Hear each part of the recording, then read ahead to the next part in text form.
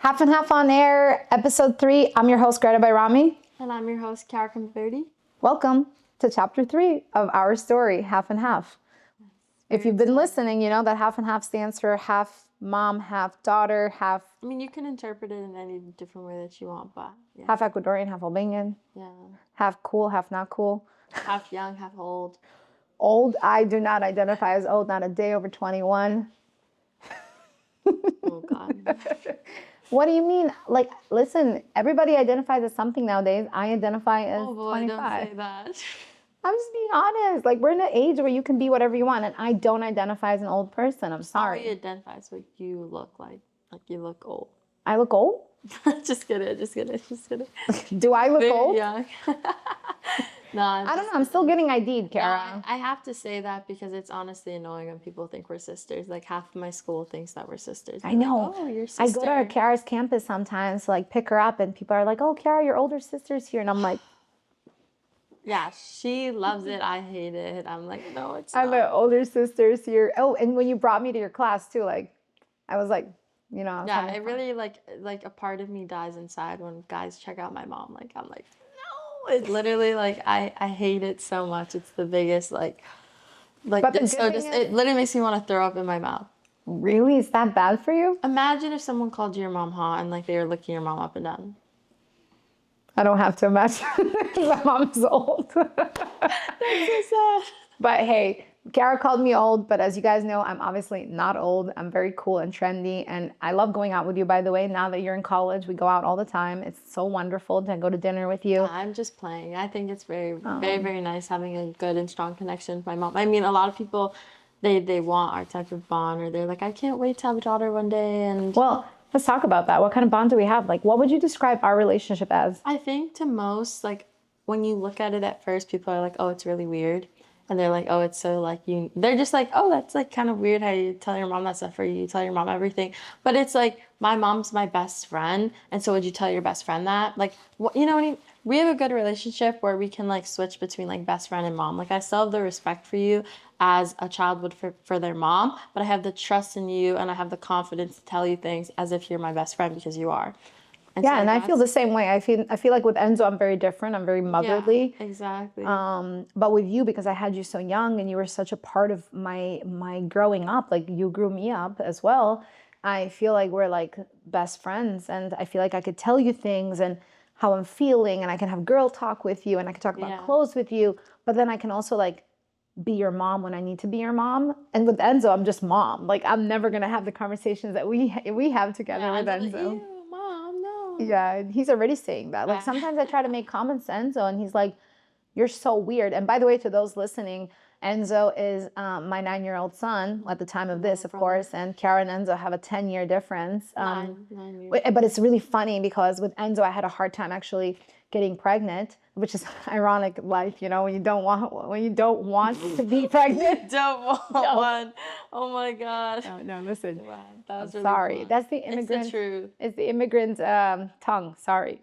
When you are not planning a child, God gives you one surprise. And then when you want a child, God's like, you got to wait 1.5 years. So, like, but I wanted to end with this, saying that when Enzo finally was conceived, you guys both came in the same time frame. Like, you're both born 7 days apart.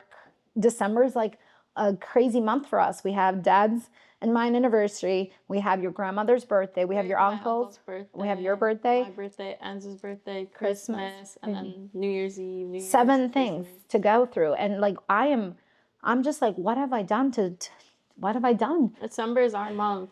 December is honestly the craziest time of year. It's the craziest time for me because I have to, like, close the books for my business. I have to take care of all these 7 things, and I become broke. You guys go through me. I just, you know, December is not a good time for me. But I'm glad that my body remembered to do, like, it was like, you're going to wait 1.5 years, but when you do get pregnant, you will have both of your kids be born 7 days apart in 10 I actually remember you told me, like, when you told me you were pregnant, and you told me, like, it was going to be around my birthday, and I was like, are you serious? Like, I thought Enzo was going to be born on my birthday, which in theory won't be that bad, but, like, as a little girl, like, at 9 years old, hearing that, I'm just like, oh, I have to split everything with him. He's going to take over my day. It's not going to be my day anymore. And I went into, like, full panic mode. I was like, no, there's But Enzo had to have his day. Like, he's born the day day after Christmas. Yeah, not Christmas, but the day after. Yeah, he's born the day after Christmas. But yeah, so to all listening, Enzo is my little guy. And with Kiara, yes, I am very much mom and best friend. But with Enzo, I'm just mom. So I feel like a lot of people could relate our relationship, or like if they want to like understand it more, it's kind of similar to that show Gilmore Girls. Like I feel like we're real life, like Lorelai and Rory. people say that a lot. But to I me. feel like we're more chill than them, because like they have like their really like big freak out moments. And No, we're chill. Like you yell at me usually. that's not true. It's usually Kiara. No, I'm kidding. You don't yell at me, but you are a very emotional person, and you do have that. To those listening, listen. Full caution ahead. Latina being mixed with Albanian, maybe not the smartest combination when it comes to anger. I used to think I was so unique, like that I was like Albanian Ecuadorian, but recently I've been posting more on TikTok, and I found that there's actually a big community of Albanian Ecuadorians. And now Really, that's crazy. I should Talk open about up how a crazy club. you guys must If be. you're Albanian Ecuadorian, please hit me up. We can make like a little club. You can make like a little aggression club a and little group. We can talk. figure out. You guys can go through like the Bronx and like become like little like. I mean, they're so far apart. I remember when I was in 5th grade, my teacher asked me like what my ethnicity was, and I was like, oh, I'm Albanian Ecuadorian, and she was like, Ecuador, Albania? How did your parents meet? And I was like, well, actually they met in Massachusetts, and she's like, that's so crazy. How did they meet there? And fate. Yeah, fate. So let's pick up where we left off. I think last time we were talking about you being born and fate, and let's take them on to the journey as we talk about our family dynamics. Where should we go in this episode? What do you want to know? I mean, I guess I would want to know more about Golden Group. I want to know what it was like when the doors open. Like, honestly, actually, a really big question. Like, Golden Group's like I don't know, it sounds like such a nice name, but how did you guys come up with the name? Honestly, Golden Group, I actually had gone through like a million names, but I couldn't find a domain that was available. Do you remember the other options? Vlora Construction, Albania Thank Construction. God you did not pick Ecuador Vlora. Construction. I was not really creative. I don't know. That's horrible. Vlora Construction. Yeah, well, excuse me. Why is that horrible? To all the people from Vlora listening, it's a beautiful name. That's just like... I used to work at a restaurant called Vlora Restaurant in Boston during that time, so it was natural to me to name it that. But a company called Golden Group had built like the Palm Islands. They were like part of the architect team of Palm Islands. And I was like, if they can do like this in the desert, then why can't I do, roofing in Massachusetts? So that was like what led to it. And the domain was available, but it wasn't Golden Group Roofing. It was goldengroupconstruction.com. I made a website myself. I copy and pasted literally every terminology. Like I literally copy and pasted like decks, patios, masonry, like everything. I put it there. Oh, and my first logo was the Gucci logo. I know, you're welcome. Really? Yeah, I like literally took it from Google and I put it, and that was my logo. Are you serious? I didn't know what I know now, which colors? proves that you can open a business, if you're listening, which proves that you can open a business and have it be super mega successful, even if you don't know anything. I mean, look at me. I didn't know anything about roofing. I didn't know anything about business. I was coming out of a state school where everybody told me like, oh, you're not that smart. You weren't coming out, you dropped out. Like you didn't finish. That should have been episode 5. Oh. What? But in order to start Golden Group, didn't you drop out? But listen, I was at a state school. Everybody told me that I wasn't smart enough. I didn't have the best grades because obviously there was only so much time I could study because I had to work. So everybody told me like, well, if you don't get A's like in finance, then you must not be that good in business school. And I was like, okay. And then when I started Golden Group, everybody was like, well, you don't know anything about roofing or construction, and you don't have anybody that works in construction. Fair. And you don't know anything about marketing and branding and business strategy. Nothing. Fair. I didn't know. I mean, I thought it was normal to grab the Gucci logo and put it on my website. So basically, would you say you're self-taught, like you learned everything yourself? Did you learn it how? Through YouTube? I learned everything myself through observation and just... Observation? You're telling me you didn't go like on YouTube and like Google There wasn't really like as much YouTube content back then as there is now. It was on observation. And it was on being obsessed with studying the competition, which I wouldn't recommend at all stages of your business. But in the beginning stages of my business, I literally would grab and do case studies on every single competitor in like 100-mile radius. I mean, I was literally doing case studies. Yeah, that does sound like really nice. But like, I feel like you're not telling us like the full story there. Like, come on, like how'd you learn everything for like all the other stuff like marketing? I swear to you, God, like I would... For marketing, I learned it from a really good friend of mine who was working for a company at the time called Yellow Pages, and they were like the first people doing Google Ads. And then I would just ask really good questions. I guess if you know me outside of this podcast setting, and if you're my friend, I ask a lot of questions. I do like the Rootless Live interviews every single day. Anyone that knows Greta knows how much she loves to talk. So I love to ask questions though. Like if I meet you today and you tell me I have a brand and I do clothes, I'm going to ask you everything about those clothes. I'm going to ask you where you're sourcing the material. Like, why are you doing that? What design? Who's your tech designer? We call it, in our family, we call it rootless interviews. We say, oh, Greta's going to go do a rootless interview right now. Because she does rootless interviews without even realizing that she's doing one. Like, she'll just meet someone, like, in line for, like, coffee or something. And they'll, like, be like, oh, yeah. For example, like, I work in, like, fashion. And she'll be like, oh, and then she'll start asking them. And then they'll have, like, an hour-long conversation and, like, become LinkedIn friends. Yeah. And then I did that with my cab drivers in Albania this summer. And, like, I was asking him what he hated about a job, what he thought his job could do better. I was like, what if we became partners? Would you do more rides? Like, I think naturally this goes back to how I was as a child. My uncle that would follow me around with a camera and make videos. I mean, he knows that I was always making interviews on like the housewives of like the village, you know? I was going around asking questions. Are these still out there somewhere, these videos? Yes, my uncle is working on, taking the cassettes and like putting them onto like drives, and we're working on that. And I can't wait to get those soon. But you will see a little girl, Greta, with like a fake microphone walking around and doing interviews, because again, I think, yes, you can learn through AI today. Yes, you can learn through YouTube. Yes, you can learn through books, but there's such beauty in learning from somebody's experience and asking them questions. So tomorrow, if you're in line somewhere and somebody's doing something, like ask them good questions, but don't ask them the question of how much do you make? I hate that question online. How much do you make? That tells you nothing. If you were to ask me how much money I make, that tells you nothing. You're not going to learn anything from it. Exactly, yeah. So what questions should you be asking me? I would, well, for your industry specifically, I would ask you, like, what was it like? Because I don't want to know about the end, obviously. Like, everyone, like, of course, if you look at the end of, like, anyone's story, like, that's the goal. But, like, I want to know the beginning. I want to know, like, the hardship. I want to know, like, the struggle. Like, the more specific, okay, for, like, roofing, like, how does it work? You know, like, so I'll tell you. How does a job site, like, tell me a day in the, like, yeah, that's a good one. That's a good one. It will lead you to the question I was going to say is, next time you meet somebody, ask them, what did they have to do to become who they are?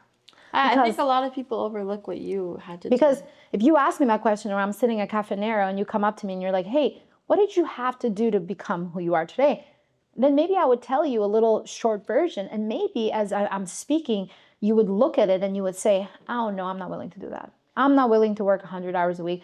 I'm not willing to live, with ramen noodles. I'm not willing to live without comfort of knowing if I'm going to make next month's rent. Maybe I want stability. Maybe I want to get a job that offers me stability. And that's where you might say that this is not for me, and that's okay. Yeah. But asking me how much I make is not going to give you that answer. I think the problem with a lot of entrepreneurs or business owners today is that they're looking at like these mega, like these millionaires, billionaires, yachts, like traveling the world and like kind of glamorizing their life on social media. But like they took like 10 years to get there, and then these kids are just like seeing it and they want that like today. They want it today for tomorrow, you know, like they. Oh yeah, absolutely. I think with Freddie and me and Freddie and I are not at that level, but even at the level that we are today, people look at it 17 years down the road and they are like, they feel like, oh, wow, well, why am I not getting the same results? And it's like, well, for the first 10 years, we were working nonstop. For the first 10 years, we didn't vacation. We actually just went to Barcelona recently, and Freddie just remembered that when we were in Barcelona last time, which was exactly 17 years ago, it was our first vacation that we had ever taken since you were born. And we went $700, and then we didn't take a vacation again until 5 years later. So are you willing to take one vacation in a 10-year period with $700 budget, that doesn't get you very far? Are you willing to do that? I don't think a lot of people are. And I think that a lot of people, like, they want it all. They want, like, the vacations, the lavish lifestyle, the clothes. They want to, like, post a lot on social media. Then they also want to grow their brand, grow their business, and make it go, like, become a multi-million-dollar brand from, like, I don't want to say nothing, but very low numbers.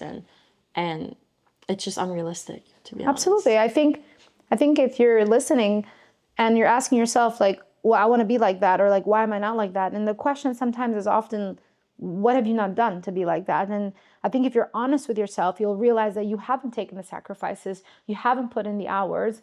You think you've had, but you haven't, right? Like you haven't done the work that I've done to get where I am. It's because where I am today is just like a math equation. It's the equal sign. It's what came because I added these two numbers, and this is what the resulted to. The success I had today is nothing more than the result of my hard work for 10 years, every single day. And if you don't have that same result, it's just because you haven't put in those. And those numbers, those variables are different for every single person. So for me, it took 10 years, but for you, it might take 20 years. And for somebody else, it might take 3 years. But the thing is, you got to keep putting in the work every single day, not knowing when your time will come.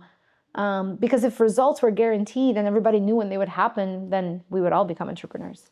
That is very true. If I can see the future, then I feel like that's easy to say, if I know like in 5 years from now, if I start this specific brand and like I'm going to be a millionaire, I'm like, okay, I'm just working until I get to that point. But like, I don't know what's going to happen. I don't know what bumps in the road are going to come up. So I don't know what life might throw at me. So I guess I just have to go. But I guess my other question to you would be like, what do you think about like the whole mental health and like prioritizing yourself over your business? Like, I guess what people are saying today, like, do you think it's worth it, like working every single day, like 24 hours, basically, like not nonstop breaks and just deteriorating your own health, mental health, like physical health to grow a brand? I mean, you never know what could happen tomorrow. Say you die, and that's what you were doing for. I think that's a great question. And I think the world listening wants me to answer that politically correct, but I'm not gonna because I'm Greta and I answer it myself. No, exactly. That's what I want to hear. This is gonna get me a little hate. You prioritize the brand. But some might argue like, okay, yeah, I get that, but a real entrepreneur, like the really big entrepreneurs of the world, the really hard workers of the world, the ones that are working every single day, regardless of how big they are, they're prioritizing the work. They're prioritizing the brand. They're prioritizing the careers that they build. And I think that's what genuinely makes a really good entrepreneur. A really good entrepreneur will not, like, I'm not saying not to be healthy, right? I'm not saying that there's no burnouts. I'm not saying that you're not going to have bad mental health days where you think like, oh, I'm so bad, I suck. I'm not saying that, but I'm also saying that I'm not going to now tell Golden Group employees and staff and team members like, hey guys, sorry, I'm burned out, I got to go. Like, I'll figure it out when I figure it out. I'm not going to do that. I'm going to push through that. I'm going to find coping mechanisms because I'm going to tell myself every single morning that, hey, you need to get out of this funk because this company needs you and these people need you, and you need to show up for them, because that's what entrepreneurship is about, though. Like, entrepreneurship, a lot of people think it's owning a business, but it's not. An entrepreneur is a visionary, is a true leader. It's somebody who's seeing something before everybody else can't. And if that visionary can't keep going and cannot keep seeing, then what happens to all the people that have trusted this entrepreneur with their livelihood and are following him? Then what happens to these people? They just collapse? I mean, yeah, I guess it's unfair to everyone else. That's a business owner to me. The people that close doors to businesses, to me, that's a business owner. I know that's going to sound controversial, and I'm so sorry for being so bold about it, but business owners and entrepreneurs are very different people. Business owners, the moment things get tough, they close shop. They move on to the next business ideas, or they are okay losing money. Entrepreneurs, it's very rare that an entrepreneur fails. Now, I want to make you understand that you can fail the phase A, but you reinvent it. Like, Rootless is a perfect example of it, right? Like, Rootless started off as an app, then it started off as interviews, then it started off as blueprints, and today it's Rootless Social. I knew I had to keep going. There was failing moments, but I never stopped. I never closed the doors. I just was like, we just have to keep reinventing the wheel. It hurts every time you're doing it. It's terrible, but it's like, we're just going to keep reinventing it until today it's Rootless Social.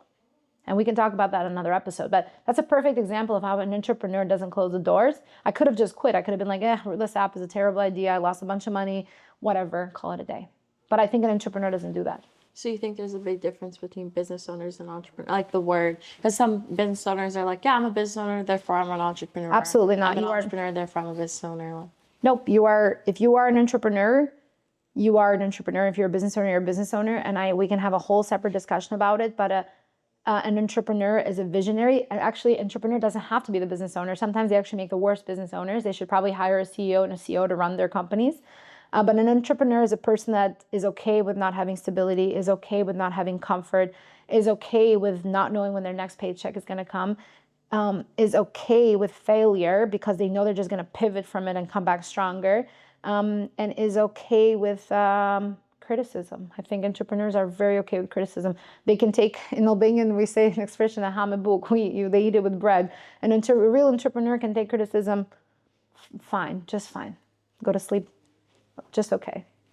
Okay, well, I guess for backing, like, since you answered my question there, I had another question before when you were speaking, and it was like, where do you draw the line, though? Like, if you're giving your whole life to your business, and, like, for you, like, you had kids, you had a husband, I mean, I don't know, like, much about, like, your social life, but, like... It doesn't exist. Exactly, so I just didn't want to say that publicly, but, like, where do you draw the line? Because now, if you're giving your all to your company and your business and you're just, having restless nights, just work, and what about these people that are also being affected? Like, do they deserve that? Like your family and your kids? I mean, your family. When you go down the route of entrepreneurship, you got to have a really good support system. Otherwise, it becomes very lonely, and you might lift up your head and realize that the people you loved are not there. Yeah. So I think if you were an entrepreneur and you want to open a business, a brand, a company, and start an IT, a SaaS software, whatever you want to start, you got to make sure first and foremost that you have a support system around you. I mean, but what do you say then to the people that don't, like, what, they can't be an entrepreneur because they don't have a support system? Okay, to those people I say find the reason why you're doing it. Like every great entrepreneur has a reason why they're driving forward, and it cannot be money, because if it's money, you're not going to be happy. That's when real depression is going to come knocking on your door. So those people that don't have a support system, find your why. Like my why is to get out of poverty. Like I'm doing this because I need to get out of poverty. I don't have a support system, but I'm doing it to get out of poverty. And that was me, chapter 1, right? Golden Group. I didn't have a support system, but I needed to do this to get out of poverty. Chapter 2 with Rootless Social and Rootless Agency, I have a support system. So now it's about having people that understand why I have to do these things and why I can't be present and be, a good social friend. Does that make sense? Yeah, that makes sense. But I mean, like, for me and Enzo at least, like, or I guess not so much for Enzo because I know you've been very present for him, but do you feel like because you had your foot on the gas with Golden Group, do you think you missed out on a lot of my childhood or like Absolutely. But if you had to go back, would you have done anything differently?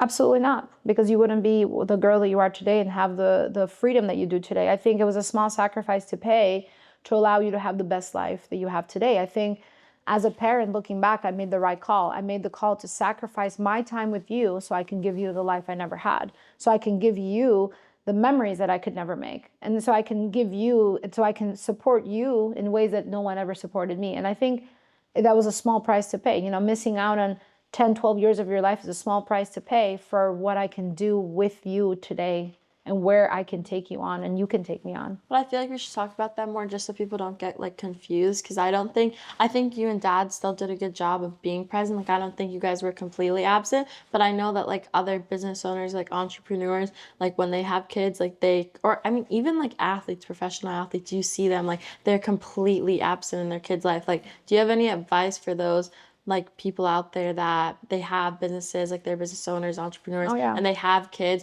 but they don't know like how much time to give to their kids and how much time to give to their business? Because although you were, I would say, like absent in some ways, I still very much had like, I don't have like any, I want to say like, what's like missing the word? pieces. I mean, not just that, but also like I'm not angry towards you because of it. Like I don't have any regrets for you either. Like I'm not upset about it. But I know that there's like children out there, like people that are older, like they look back at their parents or business owners, they're like, oh yeah, my parent wasn't present at all. And like they were a horrible parent. I would never call you and Dad a horrible parent. Thank you. But like, I mean, but where do you draw that line? I guess I think like where you draw the line for me, and I've talked about this in the past with a lot of people that have asked similar advice for me, it's about doing like small sprints at a time in different sectors. So 1 week I might need to just run really, really far and drive in Golden Group, and I might not make it home for dinner.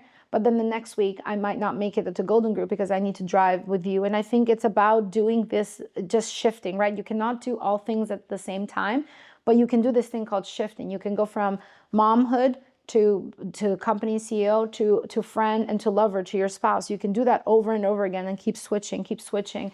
I think that is my recommendation for anyone listening. I think trying to do this oh, I'll make it home for dinner, but then you get home, but then your wife's sleeping, your child's sleeping, and you leave in the morning early. I think trying to do that is worse.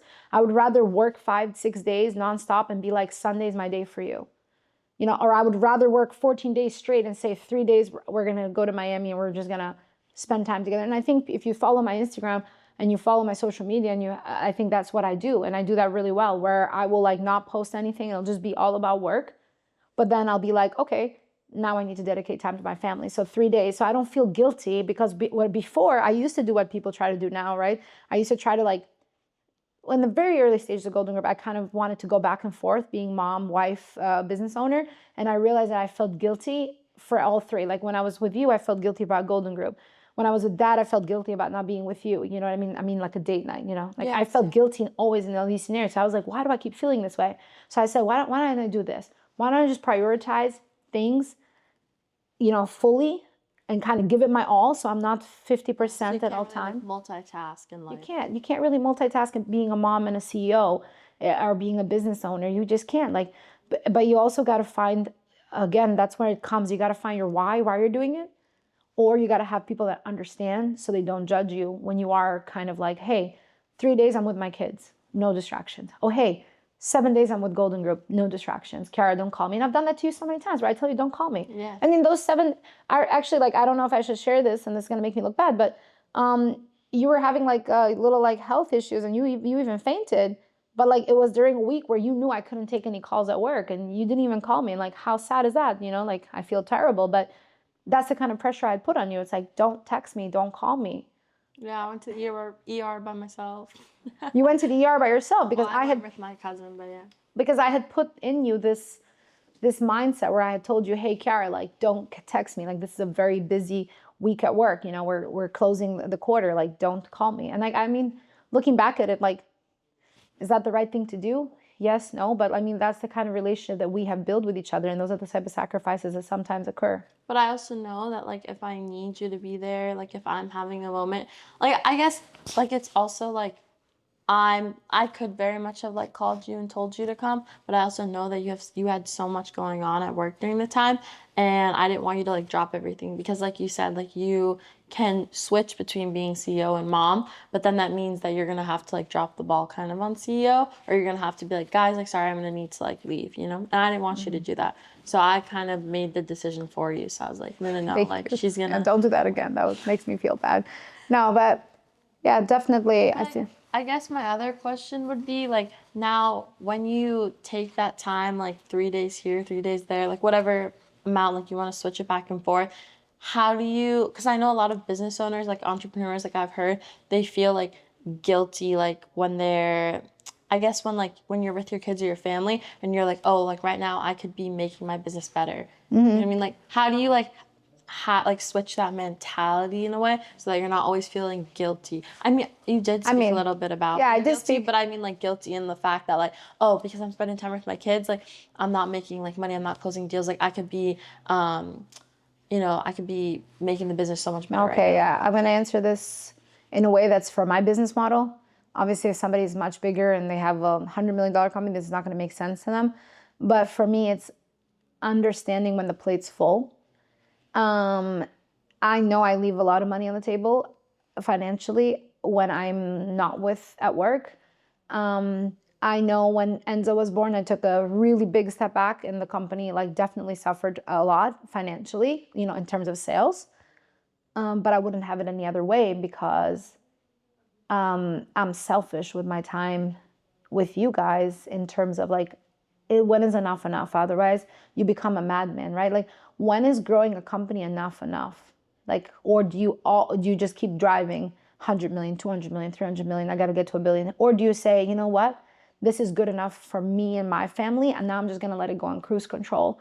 And if it means losing a little bit of sales and revenue, then so be it, because I have my time with my family. I have the memories that I'm making, the vacations I'm taking, and the gratitude that I feel in my heart. Now, this is going to sound crazy because of everything I've said up to this moment. You guys are probably wondering, like, what is she saying? She's nuts. But this is just because of the way I was raised, and I am so blessed that I was raised in the culture that I am. In Albanian cultures, family is everything. And for me, I'm never gonna compromise family for just more money, because I have, like, I'm not trying to have a jet in this lifetime. Like, that doesn't drive me more than what it drives me to be able to pay for a vacation for me and my cousins to take, you know? That's what drives me. My motivator is like, can I have enough financial freedom to buy a vacation for me and my family to enjoy? I don't need to go work endlessly and leave you alone to own a jet. I don't need to do that in this lifetime. That's a personal decision, I think, though. And if you're an entrepreneur that wants to keep on driving and doing more, that's fine too. Like, I would never make you feel guilty because you want to make more and more and more, and you want to sacrifice, you know, your family time, or vice versa. Like, right? Like, if you're that guy or girl that says, oh my God, me coming home for dinner, I could have, you know, closed that deal. If you're that person, I'm never going to make you feel guilty, because I'm an entrepreneur and I appreciate it. But as Greta, I would go right to dinner and I would laugh about the fact that I didn't close that deal because I prioritized dinner with my son and my daughter. Does that make sense to you? Yeah, that does make sense. I think that answered my question. Like, I don't have any more. And I know to everybody listening, they're like, what is she saying? But I think this is when entrepreneurship becomes a personal choice for everybody, and it looks different in everybody. For some people, we just want to prove that we can do something. It does look everything. I mean, it looks different for everyone. Yeah. I think that's perfect. Some people, and I think I leave you with this. This is when understanding your exit strategy is everything. Because if you don't have an exit strategy for any business that you decide to create today, then you'll be like a mad artist. You'll never know when you're satisfied. And knowing when you've reached satisfaction or when you've reached a goal is everything in life. Otherwise, you're just kind of running with no purpose. It's like a marathon, but you don't know where the finish line is. So I think if you're going to go run a marathon, which is what entrepreneurship is, you should have a finish line.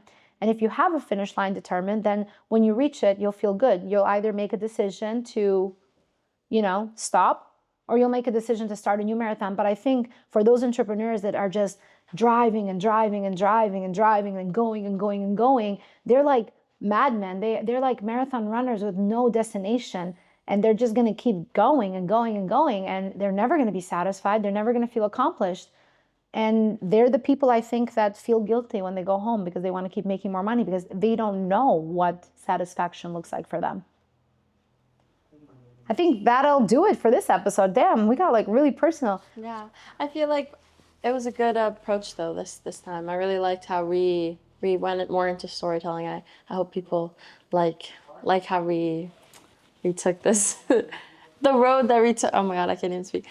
Damn, she got nervous. I wonder what changed. The way that we approached this episode. I just said that. Well, thank you so much for listening. We'll see you on episode 4. I really enjoyed our conversation. And again, this is Half and Half on Air with your host, Greta Bayrami. And Kar Kampaverde.